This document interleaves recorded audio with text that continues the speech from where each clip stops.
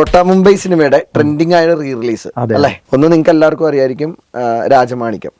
രണ്ട് ഹലോ. പിന്നെ മൂന്നാമത് ഓളം വെക്കാൻ വേണ്ടിയിട്ട് നമ്മൾ തിയേറ്റർ ബാൽക്കണി, അത് ഒരു കിങ് സൈസ് ആളാണ്, അവിടെ ഓളം വെക്കാൻ വേണ്ടി മാത്രം പോയി നമ്മുടെ കലാഭവൻ മണി ചേട്ടനെ തിയേറ്ററിൽ കാണിച്ചു. ഇന്നത്തെ തലമുറയിലുള്ള ആളുകൾ, എസ്പെഷ്യലി ഒരു 2000-ന് ശേഷം ജനിച്ച ആളുകൾ കാണുന്നത്. പക്ഷെ അതേ കവിതയിൽ പിന്നീട് അങ്ങോട്ട് എത്ര ഷോ സ്റ്റാർട്ട് ചെയ്തോ ആ ഷോ എല്ലാം ഹൗസ്ഫുൾ ആയിട്ട് പോയി. യെസ്, നമ്മുടെ മലയാള സിനിമയിലെ റീ റിലീസുകൾ കുറച്ച് അധികമായിട്ട് തുടർന്ന് വന്നുകൊണ്ടിരിക്കുന്ന ഒരു സമയമാണ്. അതിന്റെ ഏറ്റവും വലിയൊരു ട്രെൻഡിങ് എന്നുള്ള ലെവലിൽ ഇപ്പൊ ചോട്ടാ മുംബൈ നടന്നുകൊണ്ടിരിക്കുകയാണ്. പിന്നെ അടിപൊളി. അപ്പൊ അതിനെ എങ്ങനെയാണ് നോക്കിക്കാണുന്നത് ഈ റീ റിലീസിനെ, അല്ലെങ്കിൽ ചോട്ടാ മുംബൈയുടെ ഈ ഒരു ഗംഭീര ഒരു ഓളം വെപ്പിനൊക്കെ? ചോട്ടാ മുംബൈ സിനിമയുടെ ട്രെൻഡിങ് ആയ റീ റിലീസ് അല്ലേ. ആക്ച്വലി ഈ ഒരു സിനിമ ഇവര് റീ റിലീസ് ചെയ്യാനായിട്ട് ആദ്യം തീരുമാനിച്ചിരുന്നത് നമ്മുടെ ലാലേട്ടന്റെ ജന്മദിനമായിട്ടുള്ള May 21 പക്ഷെ ആ ഒരു സമയത്ത് നമ്മുടെ തുടരും സിനിമ ഇങ്ങനെ കത്തി നിൽക്കുന്ന ഒരു സമയം, അതുപോലെ ചില സ്ക്രീനുകളിലൊക്കെ എമ്പുരാനും ഉണ്ടായിരുന്നു.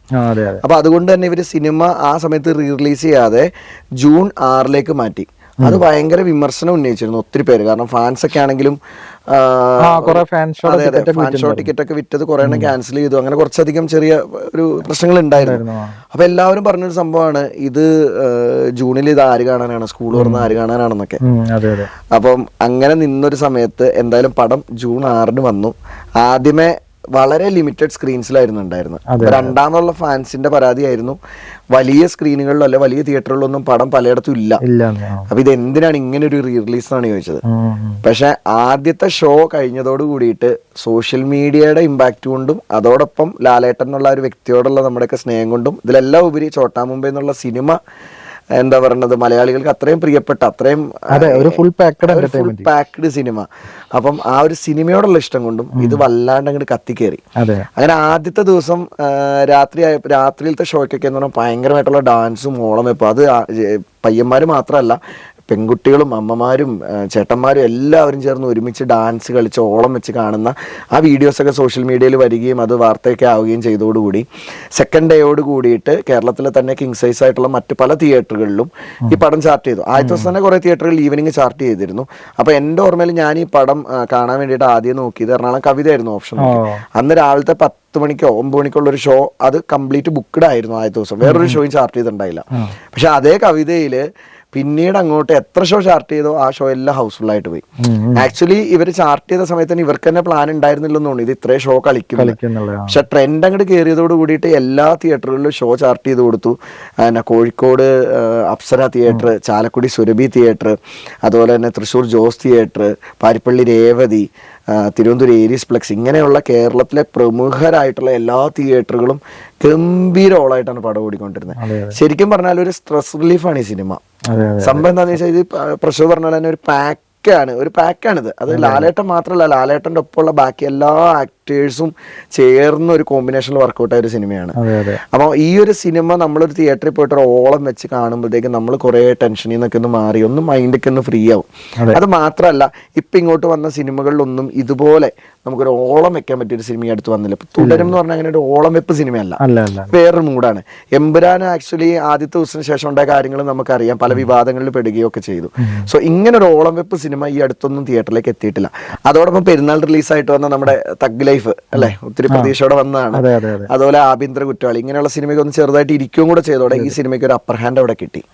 അപ്പൊ എടുത്തു പറയേണ്ട ഒരു കാര്യമായി, ഞാൻ ഈ സിനിമ ആക്ച്വലി ഫാമിലിയുടെ ഒപ്പം ഒരു പ്രാവശ്യം കണ്ടു, പിന്നെ അല്ലാതെ ഒരു പ്രാവശ്യം കണ്ടു, പിന്നെ മൂന്നാമത് ഓളം വെക്കാൻ വേണ്ടിയിട്ട് നമ്മൾ തിയേറ്റർ ബാൽക്കണി, അതായത് ഞാന്, നീ, പിന്നെ നമ്മുടെ നിതിന്, നമ്മൾ 3 പേരും കൂടി, അതോടൊപ്പം നമ്മുടെ കുറച്ച് സുഹൃത്തുക്കള്, നമ്മുടെ സന്തോഷേട്ടന്, അതുപോലെ അരുൺ ബ്രോ, അങ്ങനെ കുറച്ച് ആളുകള്, നമ്മളെല്ലാരും കൂടി ഈ സിനിമ ചാലക്കുടി സുരഭിയിലെ ഒരു കിങ് സൈസ് ആളാണ്, അവിടെ ഓളം വെക്കാൻ വേണ്ടി മാത്രം പോയി. അപ്പൊ അവിടെ ഉണ്ടായിരുന്ന സംഗതി എന്താന്ന് ഓർക്കല്ലേ, അതായത് എവിടുന്നോ വന്ന ആൾക്കാര്, എറണാകുളത്തു നിന്നും മലപ്പുറത്തു നിന്നും തൃശ്ശൂരിൽ നിന്നും ഒക്കെ വന്ന ആൾക്കാര് എല്ലാവരും കൂടെ ചേർന്നിട്ട്, കാരണം ഈ സിനിമയുടെ ഓരോ ഡയലോഗുകൾക്ക് എല്ലാവർക്കും കാണാപ്പെടാം.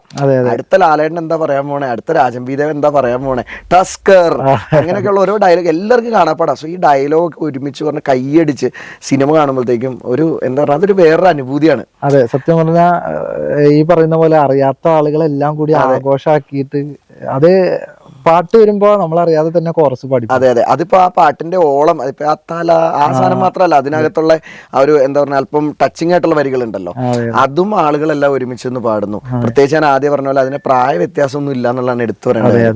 നമ്മുടെ കലാഭവൻ മണി ചേട്ടനെ തിയേറ്ററിൽ കാണിച്ചപ്പോ ചാലക്കുടിയിലുണ്ടായ ഒരു ഓളം എന്ന് പറഞ്ഞാൽ പറയാൻ പറ്റാത്ത ഓളാണ്. അത് ചാലക്കുടിയിൽ മാത്രമല്ല, കേരളത്തിലുള്ള അങ്ങോളം ഇങ്ങോളം തിയേറ്ററുകളിലൊക്കെ ആ ഒരു ഓളവും കയ്യടിയും ഒക്കെ ഉണ്ടായിരുന്നു. അപ്പൊ എനിക്ക് പറയാനുള്ളത്, ആക്ച്വലി ഈ ഒരു സിനിമ ഇപ്പൊ ഇറക്കി വിട്ട ടൈം ഉണ്ടല്ലോ, അത് പെർഫെക്റ്റ് ടൈമാണ്. ആളുകൾക്ക് ഒരു ടെൻഷനൊക്കെ ഒന്ന് മാറാനുള്ള ഒരു ടൈം. അതോടൊപ്പം മറ്റു വലിയ സിനിമകളൊന്നുമില്ല, തിയേറ്ററൊക്കെ അത്യാവശ്യം വേക്കന്റ് ആയിട്ട് കിട്ടുന്നു. അങ്ങനെ ഒരു എന്തുകൊണ്ടും ഒരു നല്ല ടൈമിലാണ് വിട്ടത്.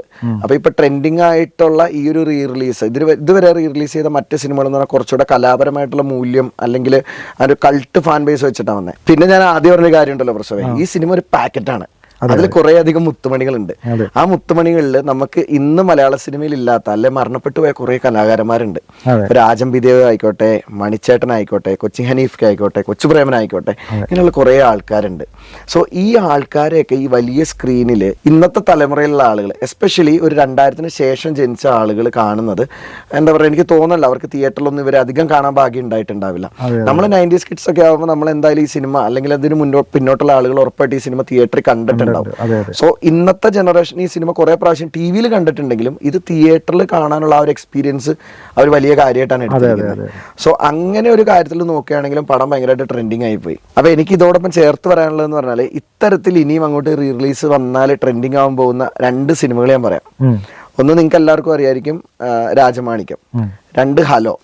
മറ്റു സിനിമകൾ ഉണ്ടാവും, അത് ഉറപ്പായിട്ട് നിങ്ങളൊന്ന് കമന്റ് ചെയ്യുക. ഏതൊക്കെ സിനിമയായിരിക്കും ഇതുപോലെ ഓളം ഉണ്ടാക്കാൻ പോകുന്നതെന്ന് കമന്റ് ചെയ്യുക. അപ്പോൾ എന്തായാലും കൂടുതൽ സിനിമകൾ ഇതുപോലെ റിലീസ് ചെയ്ത് തിയേറ്ററിലേക്ക് വരട്ടെ.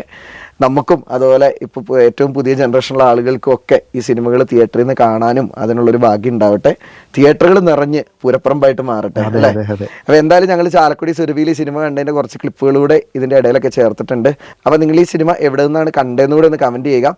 ഇതുള്ള മറ്റൊരു ചെറിയ വിഷയമായിട്ട് നമുക്ക് അടുത്തൊരു അധ്യായത്തിൽ കാണാം. നന്ദി, നമസ്കാരം.